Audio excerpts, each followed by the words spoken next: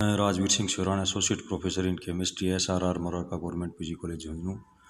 First of all, good afternoon to all the students of BSc part first. पिछले video lecture में हमने alkanes के बनाने की विधियाँ और उनकी रिएक्शंस डिस्कस की थी। उसी कंटिन्यूटी में हम आगे आज जो है हेलोजिनेशन ऑफ अल्केन्स की मैकेनिज़्म, संक्रमण अवस्था, मध्यवर्ती क्या हैं, इनके बारे में डिस्कस करेंगे। तो अल्केन्स के मुक्त मूलक हेलोजनीकरण की क्रियाविधि, mechanism of free radical halogenation of alkanes.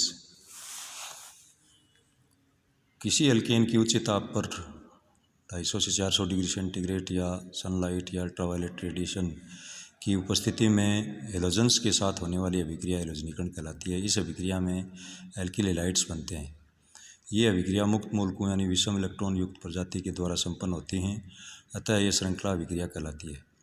अर्थात एक बार प्रारंभ होने के पश्चात तब तक होती रहती है जब तक संपूर्ण अभिकारक उत्पाद में परिवर्तित नहीं हो जाते हैं। इसलिए इन अभिक्रियाओं को श्रृंखलन अभिक्रिया भी कहा जाता है।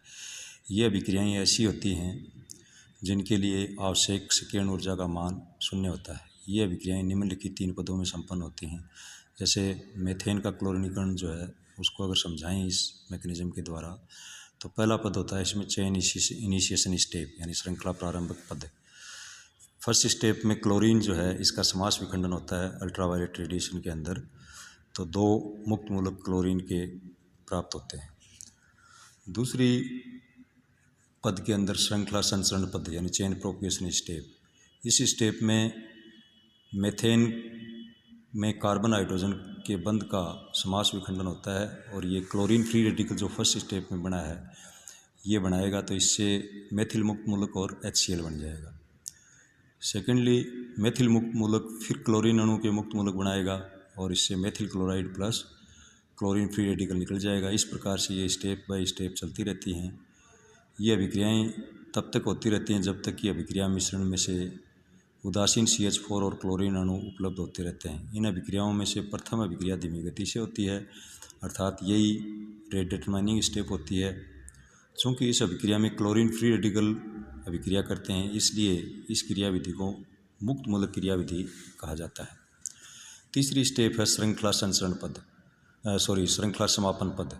तो श्रृंखला समापन पद या चेन टर्मिनेशन स्टेप के अंदर जो भी ऊपर फ्री रेडिकल्स बने हैं उनको वापस अपना आणविक स्थिति के अंदर ले आते हैं, तो इससे श्रृंखला बंद हो जाती है। जैसे methyl free radical plus methyl free radical तो CH3, chlorine free radical plus chlorine free radical तो Cl2 अणु बन जाता है। Methyl free radical plus Cl free radical methyl chloride जो ये बनता है।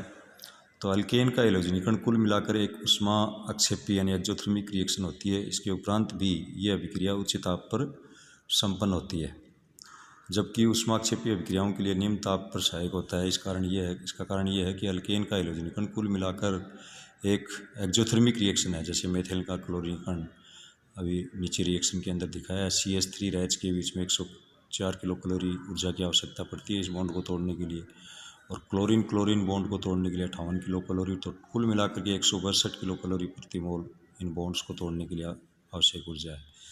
आगे CH3Cl बनेगा प्लस HCl, तो माइनस इसमें 187 किलो कैलोरी पर मोल जो है एनर्जी रिलीज होती है, यानी एक्जोथर्मिक रिएक्शन है।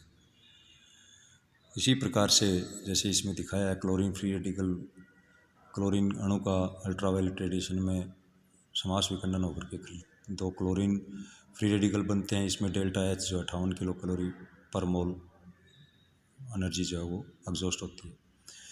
जब अल्केनों का हेलोजनीकरण टेट्राएथिल लेड की उपस्थिति में कराया जाता है तो ये अभिक्रिया कम ताप अर्थात 140 डिग्री सेंटीग्रेड पर ही संपन्न हो जाती है। इसका कारण यह है कि 140 डिग्री सेंटीग्रेड पर टेट्राएथिल लेड जो है वो अपघटित होकर के एथिल मुक्त मूलक बनाता है, जो क्लोरीन अणु से क्रिया करके क्लोरीन फ्री रेडिकल बनाता है। जैसे ही अभिक्रिया मिश्रण में क्लोरीन फ्री रेडिकल बनते हैं, अभिक्रिया प्रारंभ हो जाती है। जैसे नीचे रिएक्शन में दिखाया, टेट्राएथिल लेड 140 डिग्री सेंटीग्रेड पर एथिल मुक्त मूलक प्लस लेड बन गया, और एथिल मुक्त मूलक क्लोरीन अणु के मुक्त मूलक बनाएगा तो ethyl chloride plus chlorine free radical. तो इन रिएक्शंस की पुनरावृत्ति रहती है, और एथिल फ्री रेडिकल फिर ऑक्सीजन से क्रिया करके एथिल पर ऑक्साइड फ्री रेडिकल जो है वो बनाता है। नेक्स्ट इसमें टॉपिक है अभिविन्यास यानी ओरिएंटेशन क्या है। किसी भी अभिक्रिया के संपन्न होने के लिए अणुओं के मध्य ऐसी टक्कर होनी चाहिए जिसमें आवश्यक सक्रियण ऊर्जा एनर्जी ऑफ एक्टिवेशन मुक्त होती हो तथा अणु सही दिशा में अभिविन्यासित होते हों। जैसे मेथेन की क्लोरीनीकरण अभिक्रिया में मेथेन अणु इस प्रकार से अभिविन्यासित होना चाहिए जिसकी तेज़ी से आने वाला क्लोरीन मुक्त मूलक के सामने उसका हाइड्रोजन परमाणु आए, तभी CH3H बंध टूटकर HCl बंध बनाता है। इस अभिक्रिया में होने वाली 8 टक्करों में से केवल एक ही टक्कर ही सही दिशा में अभिविन्यासित होती है। जैसा कि इस डायग्राम में दिखाया, संक्रमण अवस्था और मध्यवर्ती यानी किसी भी रासायनिक अभिक्रिया में सक्रियण ऊर्जा के अवशोषण से बनने वाली उच्चतम ऊर्जा ही ये संक्रमण अवस्था कहलाती है। तो इसमें संक्रमण अवस्था में ये ऊर्जा परिस्थिति का आलेख बनाते हैं जिसमें एक तरफ स्थितिज ऊर्जा और दूसरी तरफ अभिक्रिया की प्रगति, जैसा कि इस ग्राफ में दिखाया है। EA यानी एनर्जी ऑफ एक्टिवेशन यानी किसी भी अभिकारक को के अणु से आपस में टकराने से न्यूनतम ऊर्जा का मान जो है वो इतना होना चाहिए कि ये सक्रियण ऊर्जा को पार करके उत्पाद में परिवर्तित हो सके।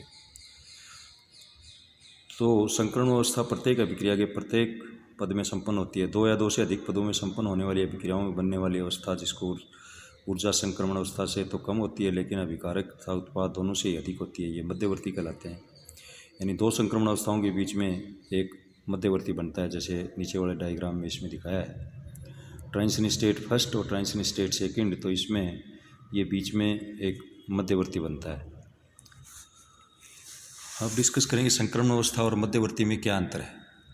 तो कोई भी अभिक्रिया जितने पदों में संपन्न होती है उसमें उतनी संक्रमण अवस्थाएं बनती हैं, और मध्यवर्ती जो है उसमें मध्यवर्ती के लिए ज़रूरी है कि 2 संक्रमण अवस्थाओं के बीच में ये संपन्न होती है। अर्थात संक्रमण अवस्था में संख्या जो है अभिक्रिया पदों के बराबर होती है, जबकि मध्यवर्ती इसकी संख्या अभिक्रिया पदों में से एक कम होती है, यानी मध्यवर्ती एक कम बनता है। फिर संक्रमण अवस्था में इस अभिक्रिया परिस्थिति का आरेख में शीर्ष के द्वारा जो प्रदर्शित करते हैं, और ये जो मध्यवर्ती है ये 2 शीर्ष के मध्य गर्त के द्वारा प्रदर्शित करते हैं। फिर संक्रमण अवस्था में बनने वाले बंध पूरी तरह से नहीं बनते हैं, नहीं पूरी तरह से टूटते हैं, आंशिक रूप से रहते हैं इसमें। और अब मध्यवर्ती में इसमें बंध टूटने और बनने की प्रक्रिया पूर्ण हो चुकी होती है। संक्रमण अवस्था स्थितिज ऊर्जा की सबसे उच्चतम अवस्था होती है, जबकि मध्यवर्ती जो है 2 संक्रमण अवस्थाओं के बीच में न्यूनतम ऊर्जा होती है इनकी। संक्रमण अवस्था को अपन आइसोलेट नहीं कर सकते, पृथक नहीं कर सकते, और मध्यवर्ती को अपन विशेष परिस्थितियों में आइसोलेट कर सकते हैं। फिर है रिएक्टिविटी एंड सिलेक्टिविटी, अब यानी अभिक्रियाशीलता और वर्णात्मकता। तो कोई अभिक्रिया कितनी तीव्रता से संपन्न हो और इसमें कौन सा उत्पाद प्रमुखता से बने, इसे अभिक्रियाशीलता एवं वर्णात्मकता कहते हैं। इसे निम्न प्रकार, जैसे उदाहरण लें अपना आइसोब्यूटेन की क्लोरीन और ब्रोमीन के साथ रिएक्शन कराएं। तो अपने को पता है कि आइसोब्यूटेन लेते हैं, क्लोरीन के साथ रिएक्शन कराएंगे तो इसमें आइसोब्यूटिल क्लोराइड जो है वो 64% बनता है, और टर्सरी ब्यूटिल क्लोराइड जो है वो 36% बनता है। इसी प्रकार से यदि ब्रोमीनीकरण कराएं अपना आइसोब्यूटेन का, तो आइसोब्यूटिल क्लोराइड जो है, आइसोब्यूटिल ब्रोमाइड जो है वो 1% से भी कम बनता है, और टर्सरी ब्यूटिल ब्रोमाइड जो है वो 99% बनता है। इसका कारण क्या है कि इसमें क्लोरीन की रिएक्टिविटी ज़्यादा है तो इसकी सिलेक्टिविटी जो होगी वो कम होगी, और ब्रोमीन की रिएक्टिविटी कम है तो इसकी सिलेक्टिविटी तृतीयक हाइड्रोजन परमाणु को हटाने के लिए यानी टर्सरी ब्यूटिल ब्रोमाइड जो है इसमें अधिक बनता है।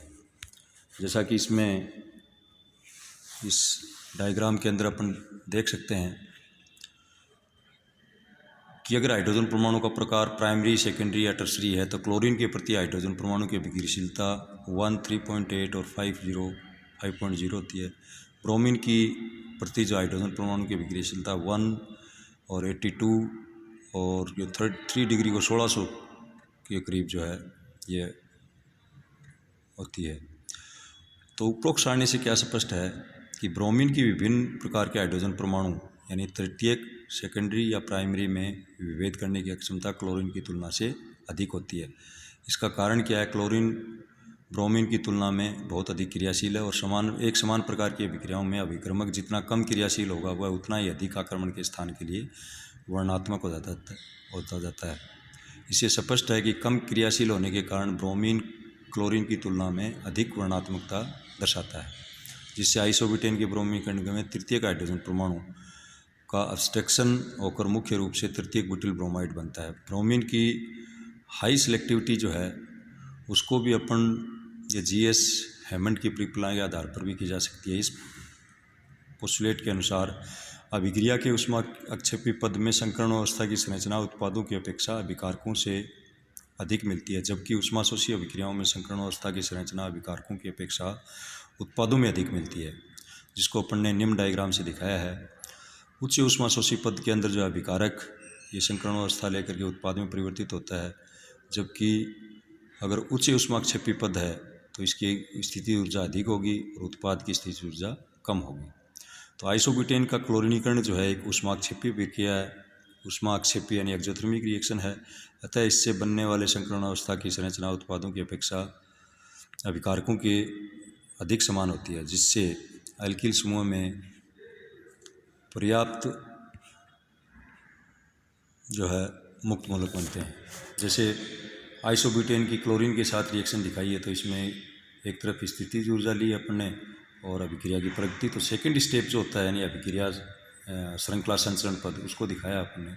आइसोब्यूटेन है, इसकी क्लोरीन फ्री रेडिकल से रिएक्शन कराएंगे तो दो ट्रांजिशन स्टेट बनेंगे, एक टर्सरी और एक सेकेंडरी प्राइमरी। तो उत्पाद जो बनेगा प्राइमरी फ्री रेडिकल ब्यूटिल बन जाएगा और एक टर्सरी फ्री रेडिकल मुक्त मूलक बनेगा। टर्सरी फ्री रेडिकल की जो एनर्जी डायग्राम दिखाया है ये उपरोक्त डायग्राम के अनुसार है। इसके विपरीत अगर अपन ये देखें कि आइसोब्यूटेन का ब्रोमीनीकरण अगर करें तो इसकी एक हाईली एंडोथर्मिक रिएक्शन होती है, जिसमें बनी हुई संकरण अवस्थाओं की संरचना अभिकारकों की बजाय उत्पादों से अधिक होती है। यानी अभिकारक की कम एनर्जी है और उत्पाद की जो है स्थितिज ऊर्जा अधिक है।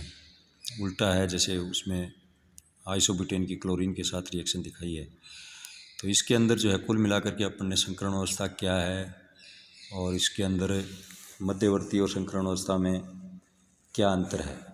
तो कुल मिलाकर के आपको इसमें मेन जो मध्यवर्ती जो होता है वो मध्यवर्ती किन्हीं भी दो संकरण अवस्थाओं के बीच में स्थितिज ऊर्जा की न्यूनतम अवस्था होती है, जबकि संक्रमण अवस्था जो होती है वो किसी भी अभिक्रिया के अंदर जो स्थितिज ऊर्जा है उसका उच्चतम मान होता है संक्रमण अवस्था का।